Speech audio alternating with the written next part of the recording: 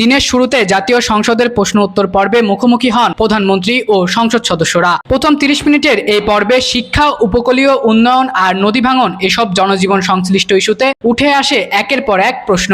চট্টগ্রাম 7 আসনের সংসদ সদস্য হাম্মাম কাদের চৌধুরী জানতে চান, দেশের সব প্রাথমিক বিদ্যালয়ে শিক্ষকদের কি ইংরেজি বিষয়ে বিশেষ প্রশিক্ষণের আওতায় আনা হবে?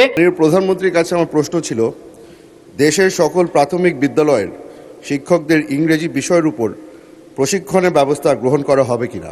উত্তরে প্রধানমন্ত্রী জানান, ইতিমধ্যেই 1,30,000 শিক্ষককে ইংরেজি বিষয়ে প্রশিক্ষণ প্রদান করা হয়েছে, যে আগামী 1 জুলাই 2026 হতে 5 বছর মেয়াদী পঞ্চম প্রাথমিক শিক্ষা উন্নয়ন কর্মসূচি সরকার শুরু করতে যাচ্ছে।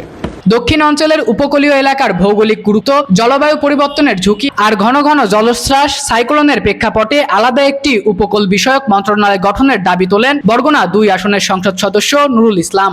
মাননীয় প্রধানমন্ত্রী অনুগ্রহ করিয়া বলিবেন কি, দেশের দক্ষিণাঞ্চলের উপকূলীয় এলাকায় ভৌগোলিক গুরুত্ব, জলবায়ু পরিবর্তনের ঝুঁকি, জলোচ্ছ্বাস, সাইক্লোন, প্রাকৃতিক দুর্যোগ এবং এই অঞ্চলের বিশাল জনগোষ্ঠীর অর্থনৈতিক মুক্তি এবং টেকসই উন্নয়নের নিশ্চিতকল্পে সরকার কর্তৃক পৃথক একটি উপকূলীয় বিষয়ক মন্ত্রণালয় গঠন করা হইবে কিনা।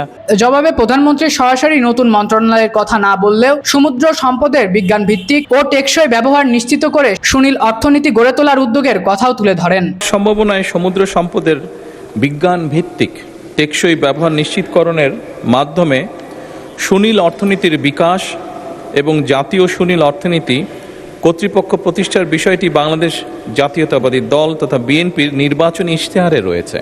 প্রয়োজন হলে 2026-27 অর্থ বছরেই প্রাতিষ্ঠানিক কাঠামো গড়ে তোলার বিষয়টি সক্রিয় বিবেচনাধীন রয়েছে।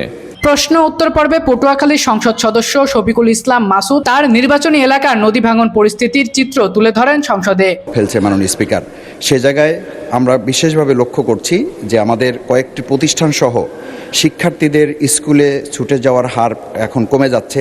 কমিউনিটি হাসপাতাল, স্থানীয় বাজার, এমনকি মানুষের শেষ চিহ্ন কবর নদীতে বিলীন হয়ে গেছে।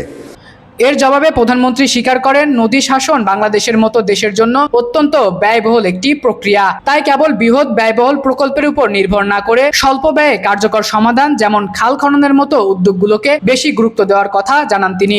শহীদ রাষ্ট্রপতি জিয়াউর রহমান এই সমস্যাটিকে সমাধানের জন্য খাল খনন কর্মসূচি শুরু করেছিলেন ওনার শাসনের সময়, এবং বর্তমান সরকার খাল খননের মাধ্যমে একদিকে যেমন নদী ভাঙনকে ট্যাকল করতে চাইছে, একদিকে যেমন আমাদের শুষ্ক মৌসুমে পানির যে সমস্যা হয়ে থাকে সেই সমস্যাটার সমাধান আমরা করতে চাইছি খাল খননের মাধ্যমে। প্রশ্ন উত্তর পর্বে প্রাথমিক শিক্ষা থেকে শুরু করে সুনীল অর্থনীতি আর নদী ভাঙন সবখানেই আগাম পদক্ষেপের আশ্বাস দিলেন প্রধানমন্ত্রী। এখন সময়ের অপেক্ষা, বাস্তবায়নের গতি আর মাঠ পর্যায়ে প্রভাব কত দ্রুত দেখা যায় সেই দেখায়। সম্রাট ইসলাম, আন্দোলনের বাজার, ডিজিটাল নিউজ ডেস্ক।